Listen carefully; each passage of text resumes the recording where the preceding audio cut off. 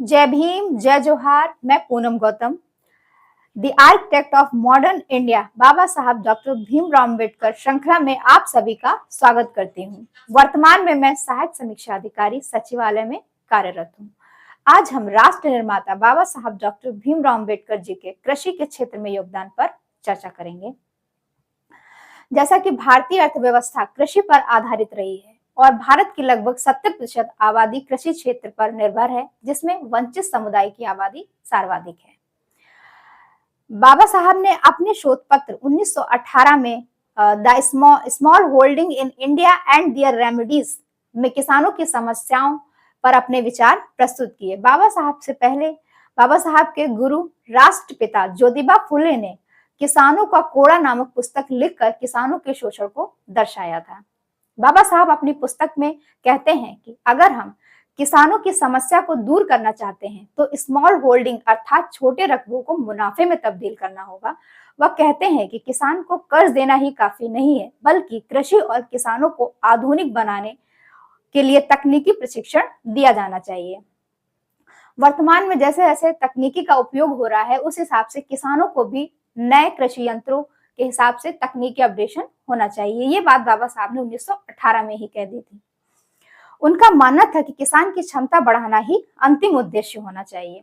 कृषि की अन्य समस्या जैसे सूखा, आपदा, इस पर भी बाबा साहब ने अपने विचार रखे। उन्होंने कहा कि सूखा आपदा से प्रभावित किसानों को बिचौलिए से बचाना चाहिए। इसमें सरकार अपनी उचित भूमिका निभाते हुए ऐसी विधि बनाए कि किसान अपनी फसल सरकार को उचित दाम पर बेच सकें।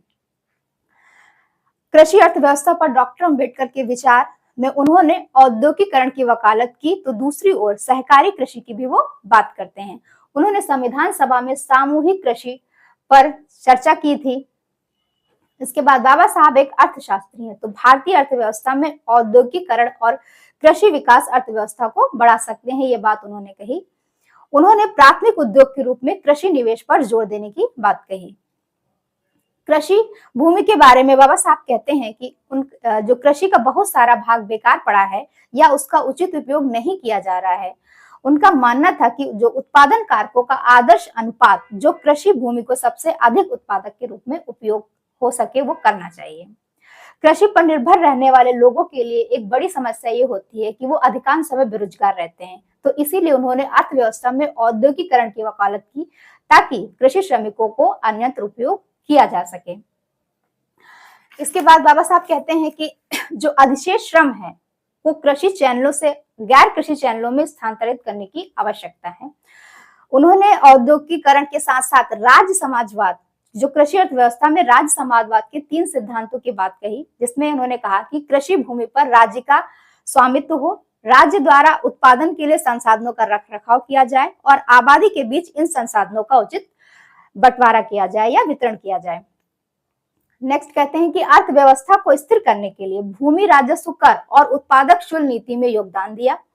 उन्होंने भूमि सुधार और राज्य के आर्थिक विकास में महत्वपूर्ण भूमिका निभाई है। उत्पादन के अन्य कारक जो हैं वो भूमि, श्रम, पूंजी और बचत के बीच संतुलन की बात करते हैं। आय के लिए कृषि पर निर्भरता के कारण जो भूमि पर लगातार दबाव बढ़ रहा है, इसके लिए उन्होंने कहा कि जोतों के छोटे होने के कारण जो भूमि पर आय के लिए दबाव बढ़ रहा है, उससे उन्होंने कृषि से जुड़ी समस्या के निपटान के लिए व्यवहारिक और जमीनी स्तर पर समाधान प्रस्तुत करते हैं। बाबा साहब कृषि अर्थव्यवस्था में रैयतवाड़ी जो व्यवस्था थी उसके खिलाफ थे। उन्होंने इस बिल का विरोध किया था। अक्टूबर 1927 में जो बंबई विधानसभा है उसमें छोटे छोटे किसानों के राहत बिल की जो बहस में है, उन्होंने कहा कि खेत की उत्पादकता और अनुत्पादकता है वो इस बात पर निर्भर नहीं करती है, बल्कि श्रम, पूंजी और तकनीकी विकास पर निर्भर करती है। यानी कृषि में जो उत्पादकता बढ़ानी है तो इसके लिए सरकार को श्रम, पूंजी और तकनीकी विकास पर ध्यान देना चाहिए। उन्होंने इस समस्या के समाधान के लिए सहकारी खेती और सघन खेती की बात कहते हैं। उन्होंने किसानों के लिए कृषि बीमा, तकनीकी विकास की बात कही, साथ ही साथ बैंकों के राष्ट्रीयकरण की बात 1937 में करते हैं। उसके बाद वो 1954 में भूमि के राष्ट्रीयकरण की बात भी करते हैं। किसानों की समस्याओं को उन्होंने 3 माध्यम से बताया है। सबसे पहले उन्होंने अपनी पुस्तक स्टेट एंड माइनॉरिटीज में किसानों की समस्याओं पर अपने समाधान प्रस्तुत किए। उसके बाद 1918 में अपने शोध पत्र small holding in India and their remedies में वे किसानों की समस्याओं पर अपनी बात रखते हैं। दूसरा जो छोटे किसान राहत बिल है उस पर बहस में भी वो अपनी किसानों की समस्याओं पर बात करते हैं। इस तरीके से बाबा साहब के जो कृषि अर्थव्यवस्था से रिलेटेड समाधान है, कृषि की जो समस्याओं के समाधान है, वो जमीनी स्तर पर हैं और आज भी बहुत व्यवहारिक हैं। इस वीडियो को बनाने का माध्यम ये है कि जो बाबा साहब के विचार हैं विभिन्न विभिन्न क्षेत्रों में वो सभी लोगों तक पहुंचे और भारतीय अर्थव्यवस्था में उनका योगदान, कृषि अर्थव्यवस्था में उनका योगदान जन जन तक पहुंचे। इसीलिए इस वीडियो को ज्यादा से ज्यादा शेयर करें, चैनल को सब्सक्राइब करें और शेयर करें। धन्यवाद।